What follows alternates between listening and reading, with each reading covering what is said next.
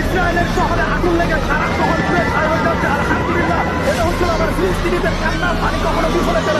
আল্লাহ আল্লাহ ছেড়ে নেয় না। দেখো আজকে ইসরায়েলের কি পরিস্থিতি, আমাদের যে ফিলিস্তিনি ভাই বোনরা প্রতিনিয়ত প্রতিদিন কেঁদেছে যে আল্লাহ তুমি আবাবিল পাখিকে পাঠিয়ে দাও। আল্লাহ তাআলা আবাবিল পাখিকে না পাঠাইলো, এক আগুন নামে অগ্নি পাঠিয়ে দিয়েছে। তাকে ইসরায়েলের শহর চলে গিয়ে ছাই হয়ে যাচ্ছে। কোনো সার্ভিসও পানি দিয়ে নিবাইতে পারতেছে না, পারবে না। এটা আল্লাহর গজব, আল্লাহর আল্লাহ।